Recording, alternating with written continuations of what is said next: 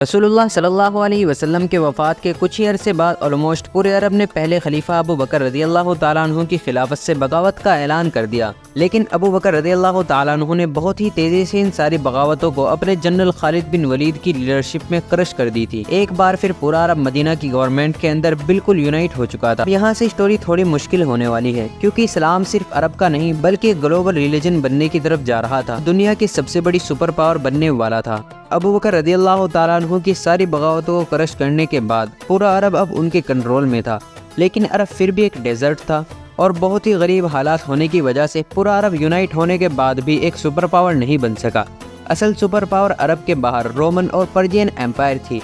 ये दोनों एम्पायर दुनिया की बहुत बड़ी और पुरानी एम्पायर थी। इस्लाम के पहले दिनों में रसूलुल्लाह सल्लल्लाहु अलैहि वसल्लम बार बार इन सख्त हालात में भी फरमाते थे कि एक दिन हम रोमन और पर्शियन एम्पायर को फतह करेंगे, जिस पर मक्का वाले उन लोगों का बहुत मजाक उड़ाते थे। लेकिन अब कुछ ही साल बाद मदीना की रियासत इन दोनों सुपर पावर से टकराने वाली थी और आप सल्लल्लाहु अलैहि वसल्लम की इस बात को पूरा करने के लिए अल्लाह ने पहले ही प्लानिंग की थी। मतलब जब मुसलमान हिजरत के बाद मदीना में आहिस्ता आहिस्ता सेटल हो रहे थे, उसी टाइम रोमन और पर्शियन एम्पायर में आपस में बहुत सख्त लड़ाई चल रही थी। इन दोनों एम्पायर की आपस में इतनी सख्त लड़ाई होने के बाद ये दोनों एम्पायर बिल्कुल कमजोर पड़ चुकी थी, जिसकी वजह से मुसलमानों के पास बेस्ट टाइम था कि इन दोनों सुपर पावर को खत्म कर दिया जाए, क्योंकि दोनों एम्पायर इस्लाम के लिए बहुत बड़ा खतरा थी। फॉर एग्जाम्पल रोमन एम्पायर के बादशाह हेरक्लेस, उन्होंने एक बार जंगे तबूक में मुसलमानों को खत्म करने की कोशिश की थी, लेकिन फिर भी अबू बकर रज़ियल्लाहु ताला अन्हु ने पहला हमला रोमन एम्पायर पर नहीं बल्कि पर्शियन एम्पायर पर किया। इससे कुछ ही साल पहले रसूलुल्लाह सल्लल्लाहु अलैहि वसल्लम ने दुनिया के सारे बादशाहों को एक लेटर भेजा था और उन्हें इस्लाम की तरफ आने का हुक्म दिया था, जिसमें सबसे बड़ा रिस्पॉन्स पर्शियन एम्पायर खुसरो ने दिया था और भेजे हुए लेटर को बहुत ही गुरूर के साथ फाड़ दिया था। जिसके बाद पर्शियन एम्पायर और मुसलमानों के दरमियान हमेशा एक कोल्ड वॉर रहती थी और पर्शियन एम्पायर बार बार मुसलमानों की गवर्नमेंट को थ्रेट्स भी भेजती थी। लेकिन लेटर को फाड़ने के बाद उसी पर्शियन बादशाह खुसरो के बेटे ने उसको कत्ल करके खुद पूरे ईरान का बादशाह बन गया। लेकिन कुछ अरसे बाद उसके बेटे के आर्मी चीफ उसको तख्त से हटा दिया और खुद बादशाह बन गया। फिर बाकियों ने मिलकर उसे भी हटा दिया और एक औरत को मलिका बनाया। फिर उसे भी हटा दिया गया और उसकी जगह किसी दूसरे को लाया गया, फिर उसे भी हटा दिया।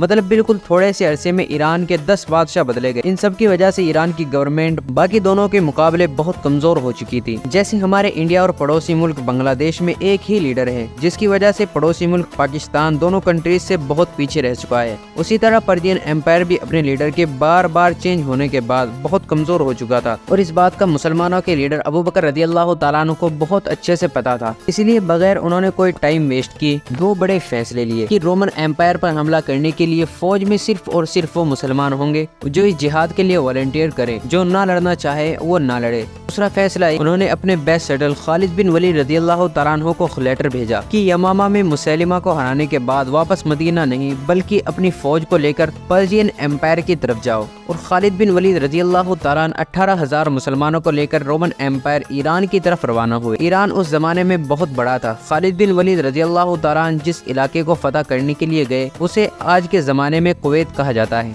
जहां बहुत सारे पर्शियन और अरबी दोनों ही आबाद थे। जाने से पहले खालिद बिन वलीद रज़ियल्लाहु ताला अन्हु ने पर्शियन जनरल को खत लिखा कि या तो इस्लाम कबूल कर लो या जजिया देने के लिए तैयार हो जाओ, वरना उसके बाद जो होगा उसके जिम्मेदार तुम खुद होगे, क्योंकि मैं तुम्हारी तरफ ऐसे मर्दों को लेकर आ रहा हूँ जो मौत और शहादत से इतनी ही मोहब्बत करते हैं जितनी तुम सब अपनी जिंदगी से करते हो। लेकिन अफसोस उन्होंने बात नहीं मानी। खालिद बिन वलीद रज़ियल्लाहु ताला अन्हु ईरान के प्रोविंस कुवैत में दाखिल हुए। कुवैत के गवर्नर ने अपने बादशाह पर्शियन जनरल से मदद मांगी, लेकिन ईरान के बादशाह ने सोचा कि अरबों की इतनी औकात नहीं कि वो द ग्रेट पर्शियन एम्पायर से लड़ सके, तो उन्होंने मुसलमानों की फौज को इतनी अहमियत नहीं दी और अपने गवर्नर की एक्स्ट्रा फौज के साथ मदद नहीं की। ईरान कोई छोटी सी एम्पायर नहीं थी, बल्कि पिछले हजारों सालों से दुनिया के सबसे बड़ी सुपर पावर में से एक थी, जिसकी लड़ाई हमेशा वेस्ट में रोमन एम्पायर के साथ होती रहती थी। और अरब के पिछले हजारों साल से कभी भी इतनी हिम्मत नहीं हुई थी कि वो पर्शियन एम्पायर के सामने सर उठा सके, क्योंकि इस्लाम से पहले अरब कभी पहले यूनाइट हुआ ही नहीं था। ईरान के बादशाह की इस गलती की वजह से मुसलमानों को बहुत فائدہ ہوا